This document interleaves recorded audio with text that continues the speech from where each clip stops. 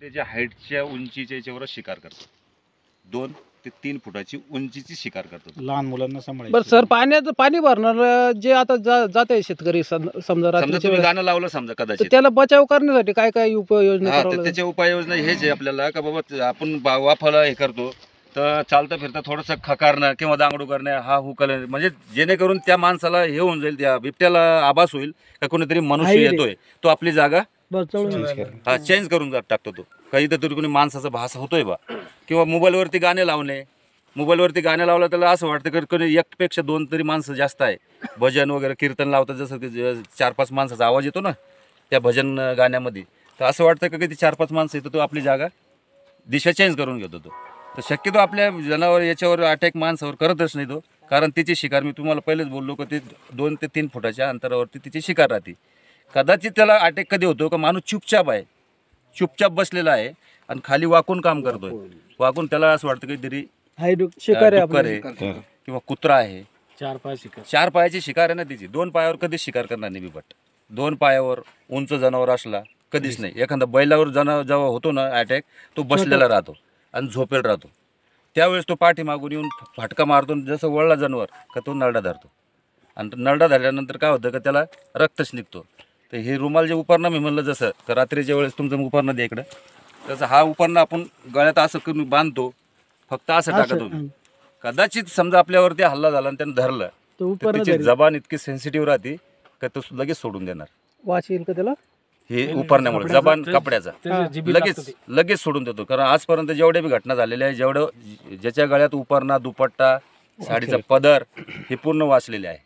ज्याच्या गळ्यात नाही आहे ते समजा हे झालेले आहे, घटना झालेली आहे, अशा दुर्घटना झालेल्या आहे. त्याच्यामुळे हा गळ्यात उपरणा वगैरे रात्रीच्या वेळेस जेवणाचा डबा वगैरे शेतात नेला चालतो का? काही वासना वगैरे काही? जेवणाचा डबा नाही. मग आपल्याला शेतातच जायचं समजा, प्राणी मांसाहारी प्राणी ना, मासा आणि प्राणी आहे, त्याच्यात काही संबंध नाही आहे.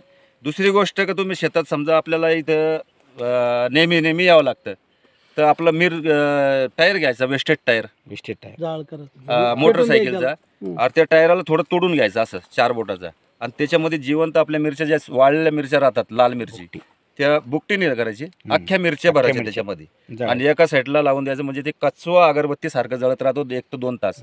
त्याचा ठसका 1 ते 2 किलोमीटरमध्ये पसरतो, आणि त्या पसरल्यामुळे तुमचे रानडुक्कर, हरणी येणं बंद होतात. कारण रानडुक्कर 5 किलोमीटरपासून शोषण क्रिया राहते रानडुकराची. म्हणजे आपण काहीतरी मक्का पेरली, काहीतरी पेरलं समजा, त्या वासाने ते रानडुकरं येतात, आणि रानडुकरामुळे काय होतं, हा पाठीमागं त्यांच्या शिकारीसाठी येतो, खाद्यासाठी. त्यांच्या रानडुक्कर किंवा कुत्रे, भटकी कुत्रे यांच्यासाठी हा शिकारीसाठी येतो, आणि त्याच्यामुळे तो जवळ येतो. आणि माणूस कदाचित कामाला लागला का खाली वाकून आलं, तर त्यावेळेसच अटॅक होतो. पण अटॅकच्या अगोदर बचाव, कारण तो वन्य प्राणी कितीतरी म्हणला तर मुक्क जनावर आहे, तो समजू शकत नाही. पण आपण समजू शकतो का आपला स्वतःचा बचाव. म्हणजे चालता बोलता समजा, चालता आपण 2 बी असले तर गप्पा मारणे, जोराने बोलणे, किंवा मोबाईलवरती शिंगल असले तर मोबाईलवरती बोलणे, हाच आपल्यासाठी बचाव आहे. आणि तसं आरडाओरडा करून त्याच्या पाठलाग करू नये. दिसलं ताबडतोब त्याच वेळेस कळवायचं की बाबा अशी घटना झालेली आहे, आपल्या इकडे कधी वन्य प्राण्याची काही शिकार झाली, त्याच वेळेस आम्हाला तात्काळ सांगा. त्यावेळेस आपण ट्रॅप कॅमेरे वगैरे काहीतरी असे लावू शकतो. कारण पिंजरा लावले शक्य राहत नाही, कारण पिंजरा लावल्यानंतर नागपूरला त्याचा प्रस्ताव पाठवावा लागतं, आणि नागपूरला पाठवल्यानंतर तिथून जेव्हा परमिशन येईल, त्या ठिकाणी काय घटना झाल्या याच्यावर विचार केला जातो शासनाचा, आणि त्यावेळेसच ते आपल्याला परमिशन देतात. परमिशन दिलं तरी ते जोपर्यंत पिंजरा त्या ठिकाणी ठेवलेला आहे, शेतकरीला वावरता येत नाही, काम करता येत नाही.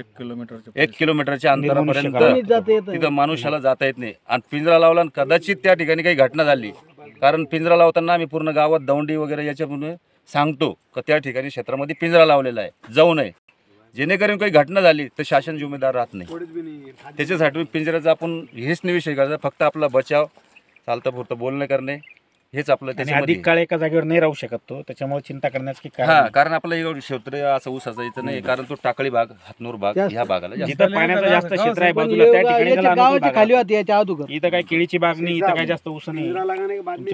3 किलोमीटर में आदमी भी नहीं आ सकते. वही पता है ना आपण. टायर नसतील